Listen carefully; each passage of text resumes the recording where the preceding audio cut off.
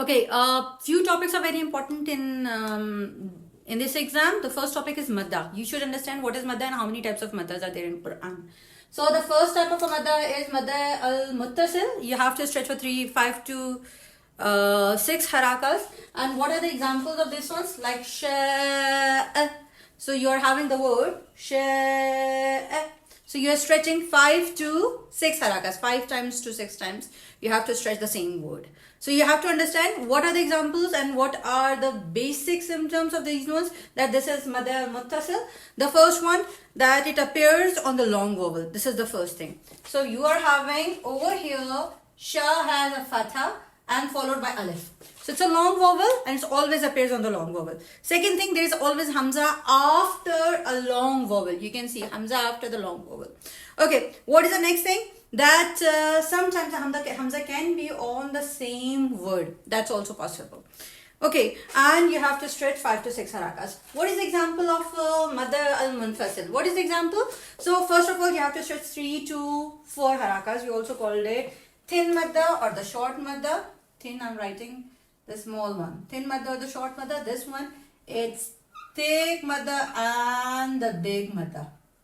They usually people mix up with this one. Okay, so how much you have to stretch? You have to stretch 5 to 4 harakas. This is the first part you have to do. And what is the example of this one? So for example, I'm having a word wala antum. Wala. I'm having a short madda in this one. Or madda munfasil. Antum. Antum. Okay, so this one is madda al-munfasil.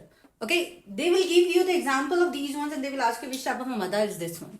So the next madda, we are having 7 maddas in the whole Quran. The third type of a madda is madda al-ardi li-sukun. So this appears especially whenever you are having the sakin, last sakin of the verse. So for example, I am having the word wateen. So the last sakin of ya, that is on top of the ya, I have to stretch. So how much I have to stretch? I have to stretch 3 to 4 harakas for this one. Okay, the next one is madda al-lazim al-muthaqqal. How much you have to stretch? You have to stretch 5 to 6 harakas.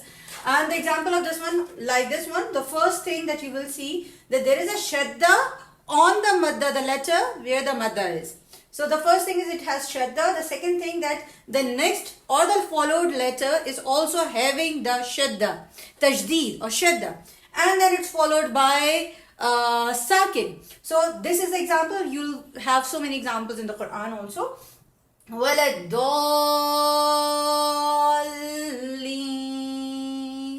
Understand? Why I stretch in?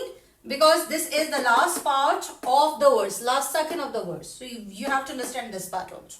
Okay? Otherwise, I was stretching this do 5 to 6 harakas. Okay? So next type of madda al-lazim al-mukhaffaf.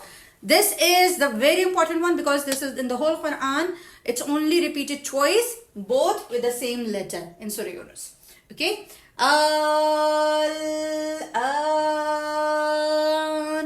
Understand this part.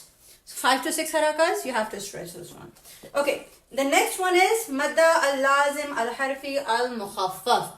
How much you have to stretch? You have to stretch 5 to 6 harakas. This is the first thing.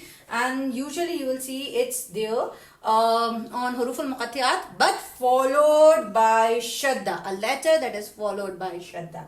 So for example, in this one, I'm not reading toa, sin, mim. No, it's wrong. Okay. So what I have to do, I have to stretch toa, sin, mim. Get it? Okay. So the next one is madda al-lazim al-harfi al-mukhaffaf. How much I have to stretch? 5 to 6 harakas. Okay, and what are the examples? Alif, lam, ra, or other huruf al-muqattiyat like noon or yasin. So this is the best example. So these are the 7 maddas. Please remember these ones before exams, otherwise you will lose your marks.